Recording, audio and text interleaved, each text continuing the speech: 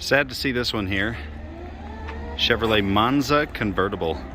Rear-wheel drive, air-cooled, two-door, fun little car. The Chevrolet Corvair Monza was many things to many people, until it wasn't.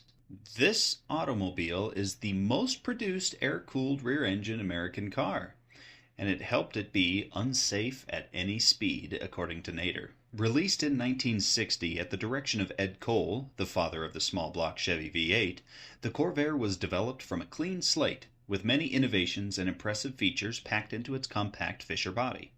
At the beginning of the American compact car market, started by the 1950 Nash Rambler, people did not pay too much attention to the segment. For the time, having a large and in-charge automobile was a sort of status symbol. However, by the late 50s, the big three American automakers had realized the upcoming market for these compact little cars and all began working on their own. Chevrolet decided to really push the envelope and wanted to be innovative, and out of their steel and brick womb came the Corvair. The Corvair had its iconic aluminum air-cooled Chevy engine, independent suspension borrowed from Europe, and came wrapped in an objectively unique body by Fisher, a GM-owned coach builder. Given it was air-cooled, rear-engined, rear-wheel drive, and initially only came in a manual, it was given the title of Poor Man's Porsche. The Monza name was first just a deluxe trim level for the Corvair coupe, with bucket seats and such, but due to popularity, the Monza moniker was added to the other Corvair models. The eventual end of the Corvair was caused by a few different factors, one being the increase in popularity of other more standard compact cars, while another came with the chapter dedicated to it in Ralph Nader's famous exposé on automobile safety, unsafe at any speed. You see, the Corvair had a couple bad things going for it in the safety department, mainly revolving around handling. The Corvair had a swing axle design, which can allow the rear tires to undergo extreme camber angles, and a lack of anti-sway bar, something the engineers protested against excluding. Now, in truth, the Corvair was not that bad on the road, but your average consumer of the time was used to a particular set of handling characteristics, of which the Corvair differed. This, plus the book chapter, falling sales, and some lawsuits, was enough to get GM execs to start working on its epitaph. Still a pretty neat car, though, and one that has dug itself out of the grave and into the garages of many happy owners. Fun little car. There's a big following for these. This one's a 1962. And unfortunately, it appears as though before this one arrived here, it was a runner. You can see a lot of this has been redone. I mean, it's been a minute. But the top has definitely been replaced. And the body is just in too good a condition. And of course, being in an Arizona car, there's probably not a speck of rust to be found anywhere. Little tiny bit, but that's more of a dent than a rust spot. The interior most likely had been reupholstered. They'd done it well. Ooh, that door feels great. Kind of weird plastic reflective material on the door there, kind of neat. Crank windows. Unfortunately, most of the interior is gone.